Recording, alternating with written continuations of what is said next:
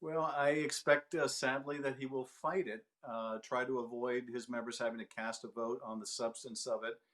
But look, you've seen the food lines all over the country. People lined up for miles long, trying to get food for their family for the holidays, trying to keep a roof over their head, trying to keep their small businesses afloat.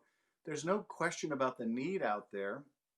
And yet, the same Mitch McConnell and Senate Republicans that thought, well, we have plenty of money for a $2.2 trillion tax cut for wealthy families or large corporations, now seem to say we can't afford to help these families in need during the worst pandemic in a century.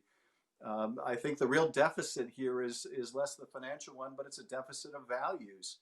But nonetheless, I expect Mitch McConnell to try to fight it. At the same time, he's already having defections from some of his Republican members. Well, I think this is Senator Sanders' effort to make sure that Mitch McConnell can't sweep this under the rug, can't simply try to hide it or get past it quickly in the hope that no one is paying attention to the fact that he and his members are trying to keep $2,000 checks away from Americans who desperately need the help. So I think that's what Senator Sanders has in mind.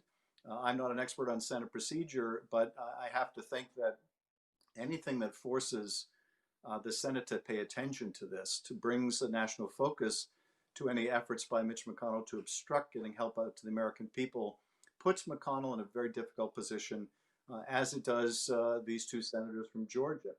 I can tell you, I wouldn't want to be running for your election having just voted against helping the families in my district. I can't imagine these Republican senators from Georgia relish that prospect either. Well, it wasn't surprising because we have seen them stonewall that transition in many ways, but particularly around the Defense Department. And my reaction was, this is just dangerous.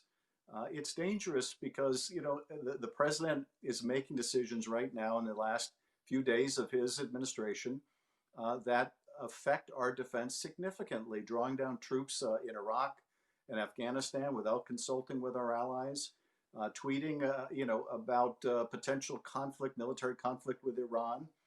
And if the new administration, the incoming administration, isn't being brought up to speed on what Donald Trump and his Defense Department are doing, then we're really vulnerable during that period when Joe Biden first takes office. So it's dangerous, but look, we've known from the first days of this presidency, and it will be true until the last days of this presidency, Donald Trump doesn't care about our national security. He doesn't care about the welfare of the American people. He only cares about himself. That's all he's been thinking about. How else can you explain him out on the golf course where people are starving, holding up this relief bill?